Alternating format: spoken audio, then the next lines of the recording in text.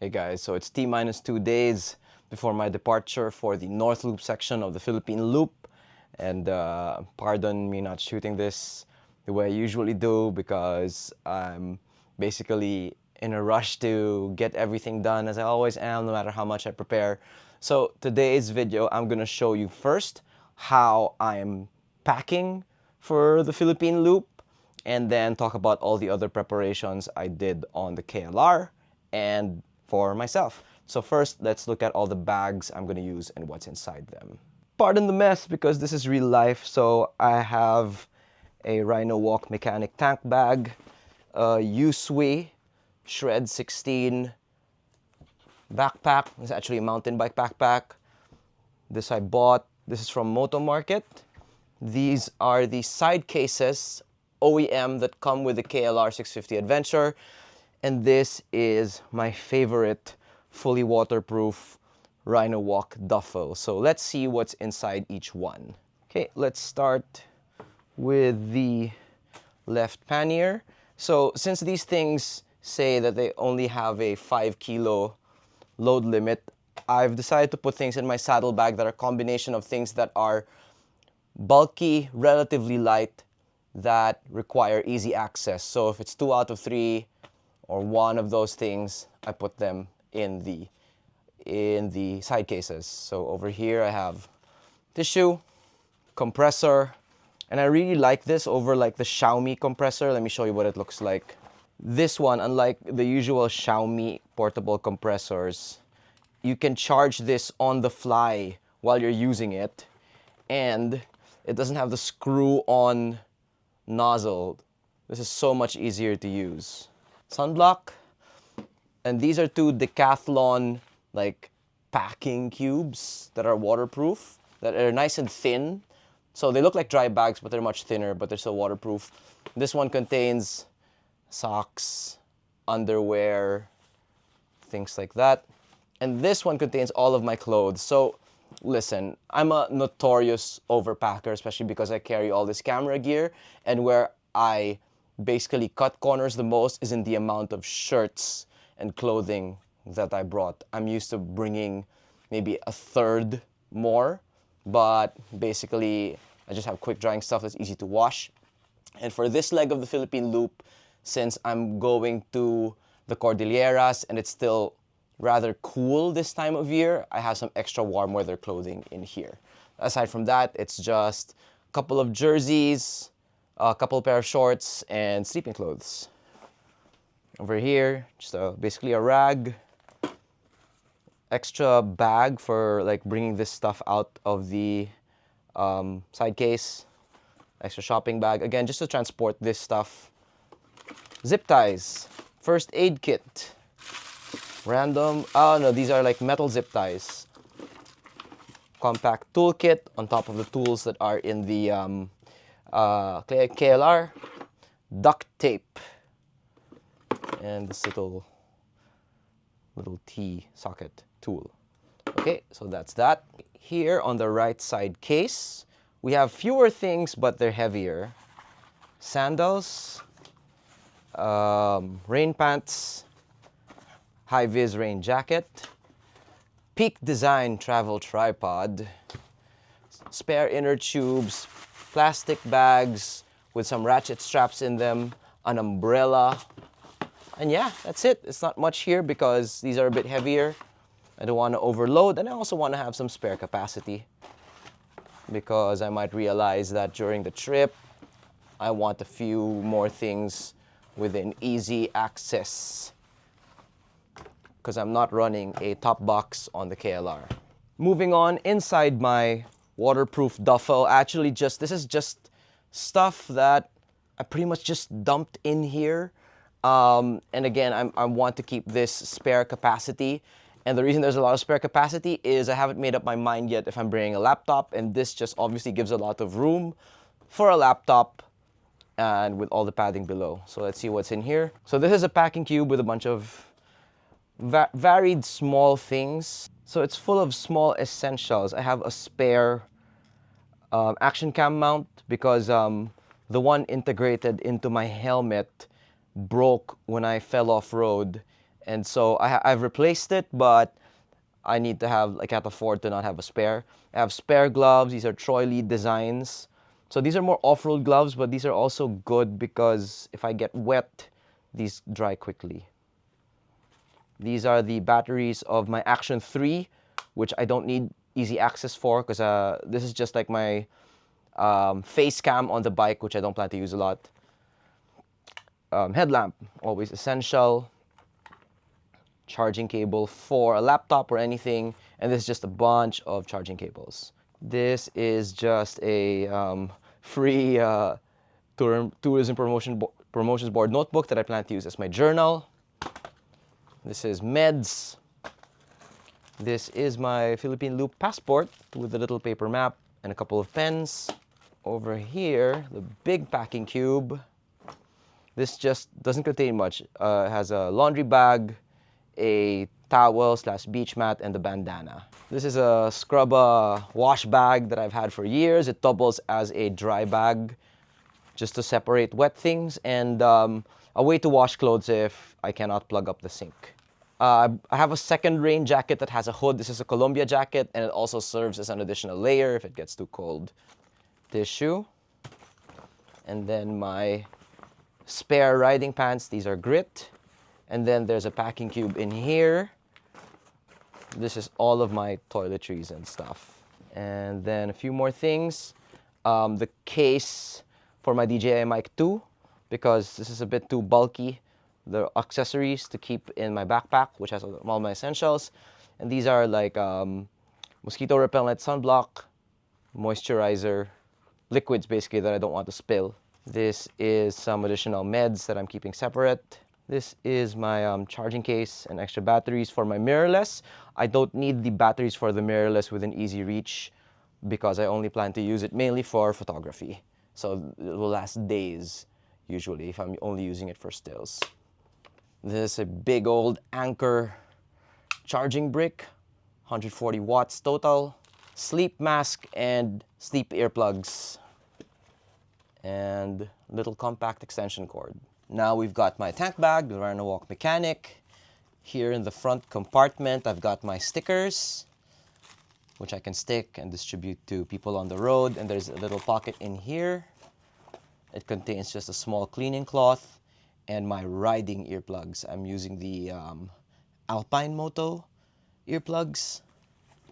Here in the first compartment, I've got my Action 5 batteries, a big power bank, memory card case 1, memory card case 2, another power bank because I plan to do a bunch of charging on the go, and these are just a bunch of charging cables over here. And now in the main compartment, I have basically my drone remote, drone batteries, drone ND filters, drone charging cable. And this actually also takes a hydration pack. So I'm still deciding whether I'm gonna go with this or the one in my backpack. Of course, this will reduce weight, but just the hydration pack that comes with my backpack is much nicer. This is kind of a cheaper one, so the water doesn't taste as good. So I'll have to make my mind up about that. And that's it for the tank bag. Now we come to the Shred 16 backpack. Now I also have a Krieg, a Trail 18, but the Shred 16 just gives a lot more room and versatility, with the main drawback just being that it isn't natively waterproof. But I've used this in the rain with the included rain cover, and it's fine. So here in the front compartment, these are wipes for toilet seats. If you know, you know. There's a few other things here like lens wipes, wet wipes, and I have my AirPods in here as well because I want them with me at all times. Next, I just have some surgical gloves for when it gets wet. Over here, I have another power bank. So as you can see, I'm quite paranoid about power on the go. I also have this nifty charging case for my Insta360. So I bought a spare battery, just one, for the Insta360, and this can charge both of the batteries at the same time. In here is also where I'm going to stick this Osmo Pocket 3 that I'm shooting on right now. I have a Leatherman. That's it. I try not to put too much stuff in this so it doesn't increase the weight too much. Over here in the main compartment, I have my shotgun mic, bidirectional. This is a DT D4 Duo charger for my drone. And over here, this is something cool. This is a cushioned dry bag that I found in Japan, in Yodobashi camera. I believe it was in Fukuoka. And it contains my A6700. So it's a good, secure way to bring a camera inside a normal bag where you know that even if the bag gets wet, the camera will be safe. And over here is where the hydration pack goes, just behind over here. Yep. And then if we go here, it has a nice, actually roomy top compartment where I'm keeping hand sanitizer, ND filters for my Action 5, another set of stickers from when I'm walking around, and has an integrated cleaning cloth. And yeah, that's about it. There's just a few more odds and ends, but more or less that's what I'm packing. Over here, just rounding out a few more things. This is my hydration pack, single SSD, Insta360 X5. This is an Osmo Action 3 with a handlebar mount, and this is the mount for the Insta360. And here is where I'll be keeping my laptop and dongle for on-the-road backup. Helmet-wise, this is what I'm using. I'm using my LS2 Explorer 2 Carbon. This is from Moto Market. And then I'm using a Hank chin mount, and there's my Osmo Action 5 Pro. And I'm also running a Cardo Packtalk Edge on this. Moving on to my main riding gear, my main pants will be the Grit Seeker riding pants. Big fan of these. It's one of their newer products. And for my jacket, I'll be using my Revit Tornado 2 H2O. Just the main jacket. I won't be using the waterproof or the warm lining. So I've used this extensively. It's protected me really well. This is the best jacket I own. This is from Moto Market. Thanks, Moto Market, for sending me this awesome, awesome jacket. Over here for my boots, I've got the Falco Level MX boot. This is from FJ Moto Enduro. Thank you, Don Joseph and FJ Moto Enduro for this. So even though this is an MX boot and quite tall, it's actually quite comfortable. So I always appreciate having extra protection whenever I'm riding a large bike, because the bigger they are, the harder they fall on your leg. So that's my boot. All right, moving on to the bike, to the KLR. I mean, pardon the lighting, it's like 5:30 p.m. So it's been hectic. I ran out of time to shoot during the day. I want to take you through some of the mods, the most noticeable of which is you may have noticed that I basically had my friend Jay at Overland Kings design this partial decal, as you see, to cover up the camo. Now, the reason for that is just an abundance of caution.